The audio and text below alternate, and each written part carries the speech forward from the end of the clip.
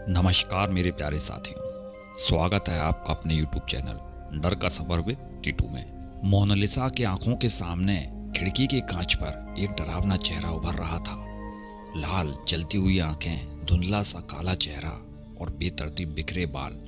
उसकी चीख अंदर ही अंदर दबकर रह गई। उसने झटके से टॉर्च का फोकस खिड़की पर किया, लेकिन वहां कोई नहीं था।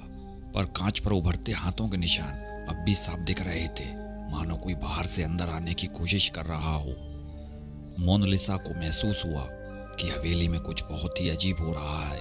अब तक वो इसे सिर्फ एक अफवाह मान रही थी, लेकिन यह सब कुछ असली लग रहा था। उसने कांपते हाथों से अपना मोबाइल उठाया और रघु काका को फोन किया।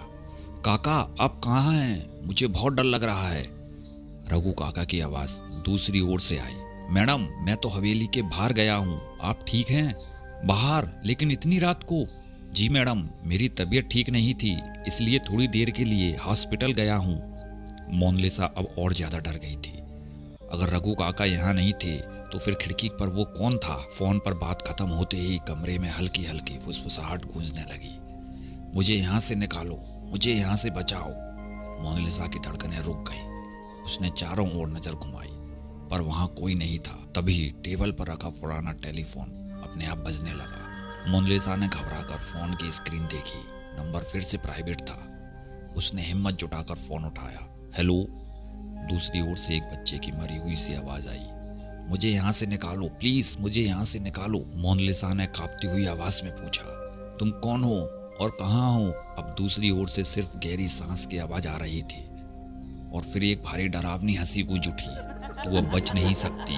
फोन अचानक कट गया। मोनालिसा ने तेजी से दरवाजा खोला और हवेली के गलियारे में भागी। उसे समझ नहीं आ रहा था कि वो क्या करे। वो जैसे ही नीचे जाने के लिए सीढ़ियों की ओर बढ़ी, अचानक उसे एक पुराना लकड़ी का दरवाजा दिखा जो अब तक उसकी नजरों से छुपा हुआ था।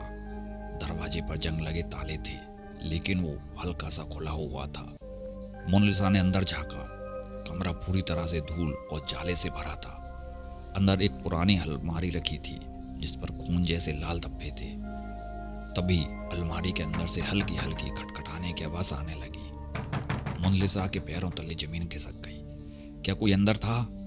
उसने डरते हुए अलमारी का दरवाजा धीरे धीरे खोला। जैसे ही उसने अंदर झांका, अंदर कुछ था, कुछ बहुत डरावना। एक मरा हुआ बच्चा, लेकिन उसकी आंखें अब भी खुली हुई थी और वो सीधे मोनालिसा को घूर रहा था।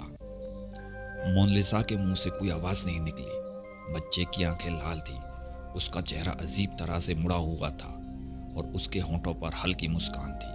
तभी वो धीरे धीरे हिलने लगा और उसने फुसफुसाते हुए कहा, अब तू मेरी जगह लेगी। अचानक अलमारी का दरवाजा जोर से बंद हो गया। मोनालिसा घबराकर पीछे हटी, लेकिन तभी कमरे का दरवाजा अपने आप बंद हो गया और हवेली में गूंजी एक खतरनाक चीख। कमरा अचानक ठंडा हो गया, हवा भारी हो गई थी और मोनालिसा को अपने पैरों के नीचे कंपन महसूस होने लगा। उसने झट से दरवाजा खोलने की कोशिश की, लेकिन वो अंदर से बंद हो चुका था। ये क्या हो रहा है? मोनालिसा ने घबराकर चारों तरफ देखा। तभी अलमारी के अंदर से किसी के नाखूनों के खरोंचने की आवाज आने लगी। मोनालिसा के शरीर में झुरझुरी दौड़ गई। फिर वही आवाज गूंजी, अब तू मेरी जगह लेगी। अचानक कमरे की दीवारों पर खून जैसे धब्बे उभरने लगे और हवा में एक अजीब सी गंध फैल गई, सड़ी हुई लाश जैसी गंध। मोनालिसा ने खुद को संभालने की कोशिश की। ये सब सच में हो रहा है या सिर्फ मेरा भ्रम है? उसने अलमारी की तरफ देखा, लेकिन अब वहां कोई नहीं था। पर तभी पीछे से किसी ने उसके कंधे पर हाथ रखा। मोनालिसा की चीख निकलने वाली थी कि उसने खुद को जबरदस्ती रोका। उसने हिम्मत जुटाकर धीरे धीरे पीछे मुड़कर देखा। कोई नहीं था, लेकिन उसके कंधे पर किसी के छोटे छोटे उंगलियों के काले निशान पड़ चुके थे। मोनालिसा अब समझ चुकी थी कि इस हवेली में कोई आत्मा फंसी हुई है। सुबह होते ही उसने हवेली की पुरानी फाइलें खंगालना शुरू की। तभी उसे 1988 की एक रिपोर्ट मिली। रायचंद की हवेली में रहने वाला एक परिवार 10 साल का बेटा राहुल अचानक लापता हो गया था। उसके गायब होने से पहले परिवार को अजीब फोन कॉल और रहस्यमयी घटनाओं का सामना करना पड़ा। एक रात बच्चे की चीख सुनी गई और उसके बाद वो कभी नहीं मिला। मोनालिसा ने फाइल पर लिखी आखिरी लाइन पढ़ी। लोगों का मानना है कि राहुल की आत्मा अब भी इस हवेली में भटकती रहती है। मोनालिसा का मोबाइल फिर से बज उठा। इस बार भी नंबर प्राइवेट था। उसने डरते हुए फोन उठाया। हेलो। दूसरी ओर से धीमी कांपती हुई आवाज आई। राहुल जिंदा है लेकिन बहुत दर्द में है। मोनालिसा का दिमाग घूम गया। क्या? कौन बोल रहा है? कौन बोल रहा है? लेकिन इस बार फोन कटा नहीं, बल्कि दूसरी ओर से किसी के जोर जोर से रोने की आवाजें आने लगी। और फिर फोन के स्पीकर से वही भारी डरावनी हंसी गूंज उठी। मोनालिसा ने तेजी से फोन काट दिया। उसका दिल जोर जोर से धड़क रहा था। अगर राहुल की आत्मा भटक रही है तो ये फोन किसका है और ये फोन कौन कर रहा है? तभी दरवाजे पर अचानक 3 जोरदार दस्तकें हुई। मोनालिसा ने धीरे धीरे दरवाजा खोला। मोनालिसा ने जैसे ही दरवाजा खोला, सामने राहुल खड़ा था। वही लड़का जो 1998 में रहस्यमयी तरीके से गायब हो गया था। लेकिन वो जिंदा था या कुछ और? राहुल की आंखें बिल्कुल सफेद थी, मानो उसकी पुतलियां ही नहीं थी। उसका शरीर हड्डियों की तरह सूख चुका था और वो धीरे धीरे मोनालिसा की ओर बढ़ रहा था। तूने मुझे बुलाया था ना, अब मैं तुझे अपने साथ ले जाऊंगा। मोनालिसा की आंखें तेज हो गईं। उसने जल्दी से दरवाजा बंद करना चाहा, लेकिन राहुल हवा में गायब हो गया। पर तभी फोन फिर से बज उठा। इस बार आवाज भारी थी, जैसे फोन की घंटी सामान्य से ज्यादा धीमी और डरावनी हो चुकी थी।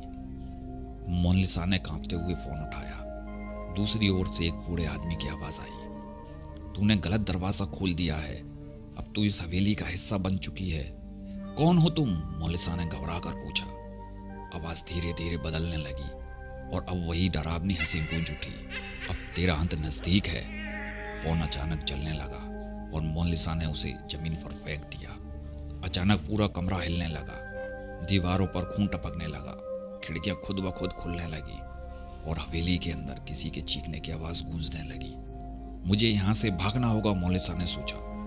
पर जैसे ही वो दरवाजे की ओर बढ़ी, राहुल फिर से उसके सामने खड़ा था। पर इस बार उसके चेहरे पर दर्द था, गुस्सा नहीं। भाग जा, जल्दी भाग जा, नहीं तो वो तुझे मार डालेगा। कौन मार डालेगा? मोनालिसा ने हिम्मत करके पूछा। राहुल ने धीमे से सिर घुमाया और कमरे के कोने की ओर इशारा किया। मोनालिसा ने जब नजरें घुमाई तो उसकी रूह कांप गई। कोने में खड़ा था ब्रह्मा पिशाच, एक काला साया, लाल जलती हुई आंखों वाला, जिसकी हड्डियां बाहर झांक रही थी और उसके नाखून जमीन तक लटक रहे थे। ब्रह्मा पिशाच धीरे धीरे उसकी ओर बढ़ने लगा। अब तू मेरी होगी हमेशा के लिए। मोनालिसा ने हिम्मत जुटाई और तेजी से दरवाजे की ओर भागी। पर जैसे ही उसने दरवाजा खोला, सामने रघु काका खड़े थे। मैडम जल्दी बाहर आइए। रघु काका ने उसे खींचकर बाहर निकाला। बाहर आते ही हवेली की सारी बत्तियां तेज लाल रोशनी में बदल गई और अंदर से एक जोरदार चीख सुनाई दी। तू बच गई, पर अगली बार नहीं बचेगी। मोनालिसा ने हवेली से बाहर निकलते ही देखा कि वहां कोई हवेली थी ही नहीं। सामने सिर्फ एक खंडर पड़ा था।